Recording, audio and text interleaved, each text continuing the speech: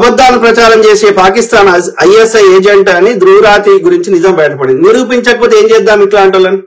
బాధ అవుతుంది. ఈ సైబర్ క్రైమ్ లాంటి వాళ్ళు ఇట్లాంటి షేర్ చేసే వాళ్ళ మీద ఏమైనా స్క్రీన్ షాట్ షేర్ చేస్తే వాళ్ళు ఏమైనా చర్యలు తీసుకుంటారేమో ఆలోచించండి. సైబర్ క్రైమ్ సంబంధించిన పోలీస్ అధికారులారా. అతని అసలు పేరు బద్రు రషీద్, పూర్తి పేరు బద్రుద్దీన్ రషీద్ లాహోరీ అంట. ఎంత బాధాకరం. ఆయన చూపెడతా ధ్రువరాతి యొక్క ఆయన పర్సనల్ లైఫ్ గురించి కూడా మాట్లాడిండు. ఆయన 10 మిలియన్ వ్యూవర్స్ సబ్స్క్రైబ్ అయిన తర్వాత చూపెడతా. ఆయన మా యొక్క ఇది హర్యానాకు చెందినటువంటి హర్యానా రోహతక్ లో పుట్టిండు. హార్డ్కోర్ హిందువు. ఆయన వాళ్ళ డాడీ ఒక సైనికుడిగా పనిచేసే ఆర్మీలో పనిచేసేవాడు, వాళ్ళ అమ్మ టీచరు. సో హిందువు యొక్క ఇది అప్పుడు ఆయన చూపెడతా గానీ చెప్తున్నా ముందు. ఇది అప్పుడు కాంగ్రెస్ హయాంలో అన్నా హజారే యొక్క అదే యూపీఏ హయాంలో అన్నా హజారే అండ్ ఆయన పేరు కేజ్రీవాల్ ఈ స్కామ్లు వాటి మీద నిరసన తెలిపితే అది నిజమేమో అనుకొని కాంగ్రెస్ వ్యతిరేకంగా బాగా ఇది ఆయన ఒక అసహ్యాన్ని పెంచుకున్నాడు అప్పుడు. కానీ ఆయన చెప్పింది చెప్తున్నా, సొంత కవితం చెప్తలే. కానీ ఇప్పుడు రియలైజ్ అయింది ఏంటి అంటే మోడీ కాంగ్రెస్ అట్లా చేయలేదు, కానీ మోడీయే చాలా దుర్మార్గం చేస్తుండే అని ఆయన చిన్నగా ఉండే అప్పుడు ఏజ్ లో. సో ఇప్పుడు పెద్దగా ఇంకా రియలైజ్ అయ్యాడు. ఓకే, అప్పుడు కూడా కాంగ్రెస్ మీద వీళ్ళే బురదలేరు. మరి ఒక్క స్కామ్ అని నిరూపించిర్రా? నువ్వే కదా 10 ఏళ్ళ నుంచి అధికారంలో ఉన్నావు. ఎంతసేపు బురదలుడే. ఈ వాట్సాప్ లో వచ్చినాక దరిద్రము బురదలుడు తప్ప ఒక్కటి కూడా నిరూపించి చర్యలు తీసుకోవడం ఆపుతున్నామా? మేము ఆపుతావా? ఇలా కేజ్రీవాల్ గారిని బెయిల్ పెట్టుకుంటే ఇస్తున్నావా?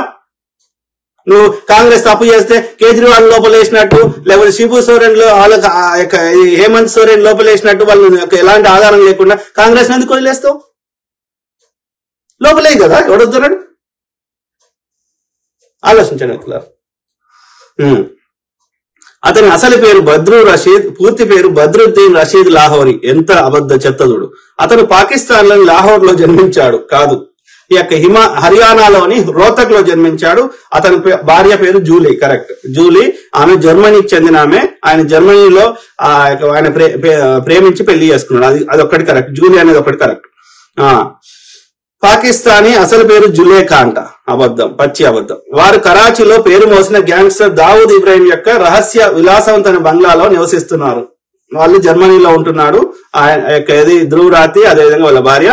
ఆయన అన్ని యొక్క ట్రావెల్ బ్లాగ్స్ కూడా చేస్తాడు, ప్రపంచం అంతా తిరుగుతాడు. అన్ని విషయాల మీద పొద్దుగాలు లేస్తే ఈ యొక్క ఒక పాలిటిక్స్ కాకుండా అన్ని విషయాల మీద ప్రజలను అవగాహన చేస్తాడు. అక్కడ వారికి ఐఎస్ఐ మరియు పాకిస్తాన్ యొక్క వై మరియు జెడ్ కేటగిరీ భద్రత అందిస్తారు. ఐఎస్ఐకి అందిస్తారో ఏమో నాకు తెలియదు, కానీ ధ్రువరాతికి అయితే జెడ్ లేదు, వై లేదు, ఏం లేదు. జర్మనీలో మామూలుగా సిటిజన్ గానే ఉన్నాడు, ఒక మామూలు వ్యక్తిగానే.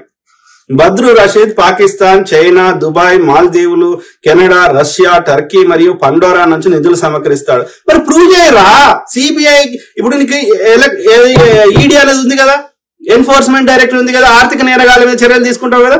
నీ సిబిఐ ఆయనకు రెడ్ నోటీస్ పంపిరి, ఈడీ కింద ఆయనకు నోటీసు పంపిరి, అరెస్ట్ చేయరు. ఎవడొద్దన్నాడు? జర్మనీ ప్రభుత్వం నువ్వు చెప్తున్నదా? ఇంటర్పోల్ నువ్వు చెప్తున్నాడా?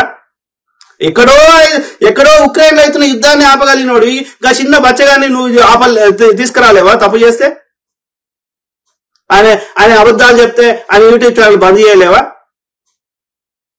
ఎందుకంటే నిజాన్ని నువ్వు ఏం చేయలేవు. నిజాన్ని అర్థమైందా? గుర్తుపెట్టుకోవాలి. బీజేపీ చెప్తా నా కొడుకు, ఐటీ సేవ చెప్తా నా కొడుకు. భారత వ్యతిరేకి జార్జి సోరేస్ ఖాతా ద్వారా మోడీని ఎదిరించేందుకు పెసాకు నిధులు పంపిస్తాడు. చూపెట్టు. ఇప్పుడు నిధులు ట్రాన్స్ఫర్ అయ్యి చూపెట్టు కదా. కానీ ఇప్పుడు హిందూ వ్యతిరేక, భారత వ్యతిరేక అంశం బయటపడింది. ఎక్కడ బయటపడింది? ఆయన పొద్దుగా లేస్తే ఏది హిందువులకు మోడీ ద్రోహం చేస్తున్నారు అయ్యా, నీట్ స్కామ్ చేసిండు, ఇంకో స్కామ్ చేసిండు, పొద్దుగా లేస్తే విద్వేషాలు నింపుతున్నాడు, అబద్ధాలు ప్రచారం చేస్తున్నాడు, మన యొక్క కరోనా సరిగ్గా హ్యాండిల్ చేయకుండా హిందువులను చంపేసిండు, ఇట్లా హిందువుల సొమ్మును దోసుకుంటుండు, అదానికి కట్టబెడుతున్నాడు అనేది వాస్తవాలు. హిందువులకు ద్రోహం చేస్తున్న మోడీ చర్యలను అంటే అర్థమైన అంటే మోడీ యొక్క తప్పిదాలు ఎంత చూపెడితే వాడు హిందువు కదా. అంటే నీ బీజేపీ పుట్టక ముందు హిందుత్వం ఉంది, నీ బీజేపీని బొందబెట్టినాక కూడా ఉంటది. హిందుత్వానికి బీజేపీకి ఈ యొక్క సంబంధమే లేదు. ఇజ్రాయెల్ ఇంటెలిజెన్స్ ఏజెన్సీ మొసాద్ తన ఇంటెలిజెన్స్ నివేదికలో ఈ విషయాన్ని వెల్లడించింది. చూపెట్టండి ఆ మొసాద్ వాడు, వాడి నివేదిక ఏందో పెట్టాడు వాడు, కానీ వాట్సాప్ లో షేర్ చేస్తాడు, చెత్తరిస్తాడు.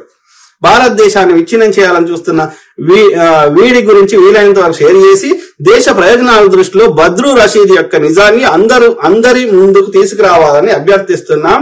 భారత్ మాతాకి జై. ఇది వీళ్ళ బతుకులు, ఇది వీళ్ళ ఫేక్ బతుకులు. అర్థమైందా?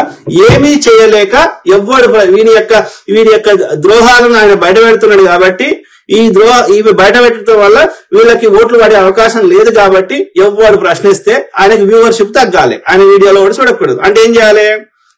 మనకు మంచిగా చేసిన చరిత్ర లేదు కాబట్టి మంచిగున్నోని చరిత్ర మీద బురద వెళ్ళాలి. అది వాళ్ళ సిద్ధాంతం ఏంటి అంటే, ఈ బాపనోని సిద్ధాంతం ఫస్ట్ అది మంచి కుక్క ఉంటే దాన్ని చంపితే అందరూ రియాక్ట్ అవుతారు, అందరూ వ్యతిరేకత వస్తుంది కాబట్టి దాన్ని పిచ్చి కుక్క అని ముద్ర వేయాలంట.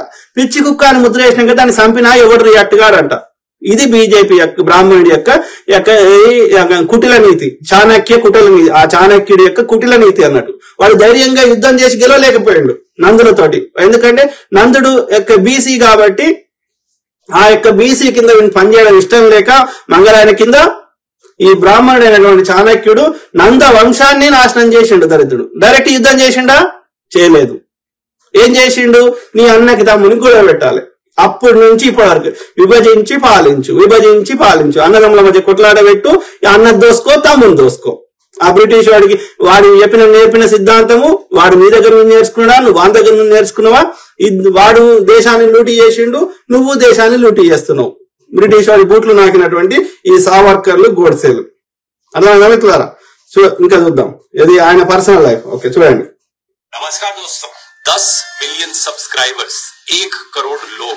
यकीन नहीं होता कि नंबर इतना बड़ा है कि स्विट्जरलैंड, नॉर्वे जैसे देशों की पॉपुलेशन से ज्यादा होता है। तो सबसे पहले तो आप सब लोगों का बहुत बहुत धन्यवाद, जिसकी वजह से पॉसिबल हो पाया, हम इस मकाम तक पहुंच पाए। दूसरा, मैंने सोचा कि क्यों ना इस ओकेजन पर कुछ स्पेशल किया जाए। अपनी हिस्ट्री वीडियोस में मैंने आपको इतिहास के छोटे बड़े बहुत किस्से सुनाए हैं, तो मैंने सोचा क्यों ना अपने अतीत की बात करी जाए, क्यों ना मैं आपको अपने बचपन की ऐसी वीडियोस दिखाऊं और ऐसे किस्से सुनाऊं जो आज से पहले मैंने कभी पब्लिक नहीं किए।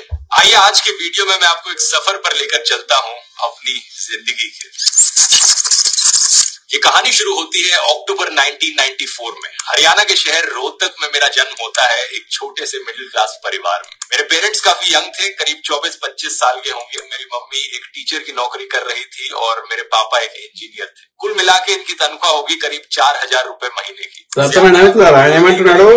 ఆయన personal video the real story of Dhruv Rathee 10 million special. Okay చూడండి, ఒక ఏడాది కింద రిలీజ్ చేసిండు. సో 10 మిలియన్ అయినందున ఆయన ఎవరు ఏంటిది అనేది ఆయన డీటెయిల్స్ చెప్తుంది. ఏం చెప్పిండు ఆయన హర్యానాలోని రోహతక్ సిటీలో జన్మించాడు. వాళ్ళ తండ్రి ఆర్మీలో ఇంజనీరు, వాళ్ళ అమ్మ స్కూల్ టీచర్. समय की क्योंकि कोई वीडियो कैमरा होता नहीं था। कुछ फोटोज जरूर है जैसे कि ये, लेकिन मैंने अपने पेरेंट्स का चेहरा ब्लर कर रखा है प्राइवेसी के लिए। बचपन में दोस्तों मुझे बहुत ट्रैवल करने को मिला, हालांकि मुझे कुछ भी याद नहीं उस समय। ఆయన చిన్నప్పటి లైఫ్ గురించి చెప్తున్నాడు. ఓకే 10-12 लोगों के ग्रुप को साथ में कहा जाता है कि ये है तुम्हारा टॉपिक, इस पर डिबेट करो। तो मैं एक ऐसे ही ग्रुप ఆయన పర్సనల్ లైఫ్, मैं जो वीडियोस बना रहा हूँ उन्हें बेहतर तरीके से बना सकूं और ये काम बेहतर तरीके से करता रह सकूं। మీరు యూట్యూబ్ లో కూడా చూడవచ్చు, the real story of Dhruv Rathee. Okay Dhruv Rathee personal life అని కొట్టండి వస్తుంది. ఓకే లేకుండా ఇంకా చెత్త నింపుట అంటే ఇంకెట్లా సిగ్గుచరం వస్తుందిరా మీకు? మీరు మనుషులేనారా?